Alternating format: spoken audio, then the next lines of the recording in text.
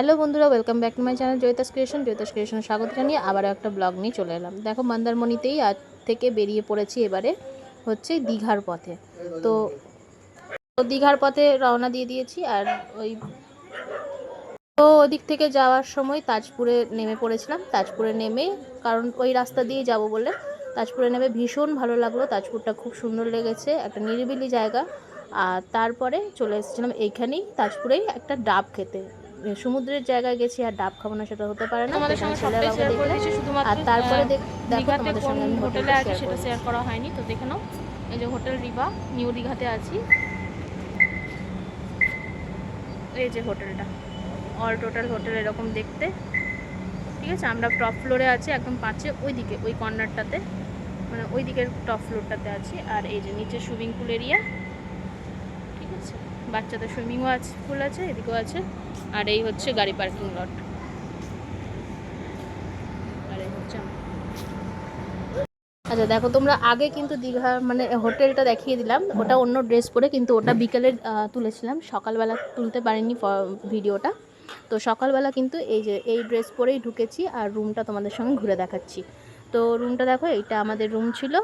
আর প্রচণ্ড ভালো সুন্দর রুম, মানে আমাদের 4 জনের জন্য আর একটা বাচ্চা, খুব ভালোভাবে থেকেছি।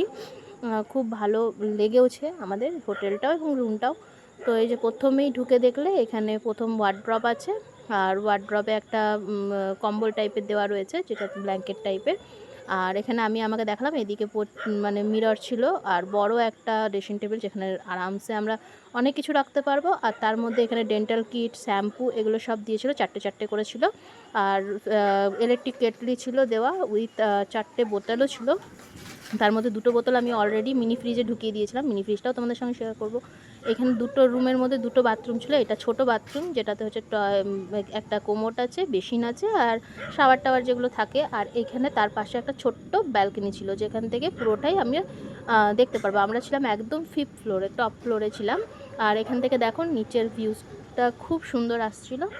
আর দেখালে আমি তোমাদের পুরো ভিউটা দেখাচ্ছি, পুরো দীঘাটাই দেখাচ্ছি, মানে পুরো দীঘাটাই দেখা যাচ্ছে, নিউ দীঘাতেই ছিলাম আমরা।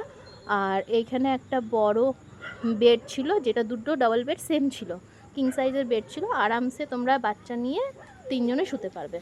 তো আমরা যেহেতু 5 জন, তো 2জন 3জন করে শুয়েছি এরকম করে। আর এখানে ছিল একটা মিনি ফ্রিজ আর টিভি। এই যে মিনি ফ্রিজটা পেয়েছিলাম, মিনি ফ্রিজে অলরেডি আমি জল ভরে দিয়েছি, কারণ ভীষণ মানে গরম লাগছিল তার জন্য। আর উপরে দেখো এখানে টিভি আছে। আর ওই সাইডে কিন্তু র্যাক ছিল, ওটা আমার দেখানো হয়নি, তোলা হয়নি। আর এখানে একটা সোফা দেওয়া আছে, টেবিল দেওয়া আছে, চেয়ার আছে 2টো। ব্যালকনিতে চাইলেও বসতে পারবে, আবার তোমরা খাওয়া দাওয়া করতে চাইলেও করতে পারবে। এই জায়গাটা আমার ভীষণ সুন্দর লেগেছে। একটা বড় উইন্ডো ছিল, যেটা ওপেন করা যাবে না অবভিয়াসলি, কিন্তু জিনিসটা ভীষণ সুন্দর ভিউ দেখার জন্য। আর এই হচ্ছে আর একটা, এখানে ব্যালকনি তো আছে, যাচ্ছি, কিন্তু তার আগে এখানে এই যে বাথটাবটা দেখে আমি তো ভীষণ খুশি হয়েছি, কারণ আমার অনেক দিনের শখ ছিল যে একটা বাথটাবে আমি চান করব। মানে অবশ্যই আমি সুইমিং পুলে করলাম, স্বপ্নটা পূরণ হয়েছে। আর বাথটাবটাও, ইচ্ছে থাকে না মানুষের, সেই ইচ্ছেগুলোই ছোটোর থেকে একটা ইচ্ছা থাকে, বুঝতেই পারছো। তো এই যে এখানে আর একটা ব্যালকনি, তো এই ব্যালকনি থেকেও কিন্তু ভীষণ সুন্দর একটা ভিউ আসে। আর নাইটেও খুব সুন্দর, কিন্তু নাইটে আমরা এতটাই থকে গেছিলাম, তার জন্য নাইটে আর ভিউগুলো নেওয়া হয়নি, কারণ টায়ার্ড হয়ে পড়েছিলাম, পরের দিন সকালে বেরোনোর ছিল তার জন্য।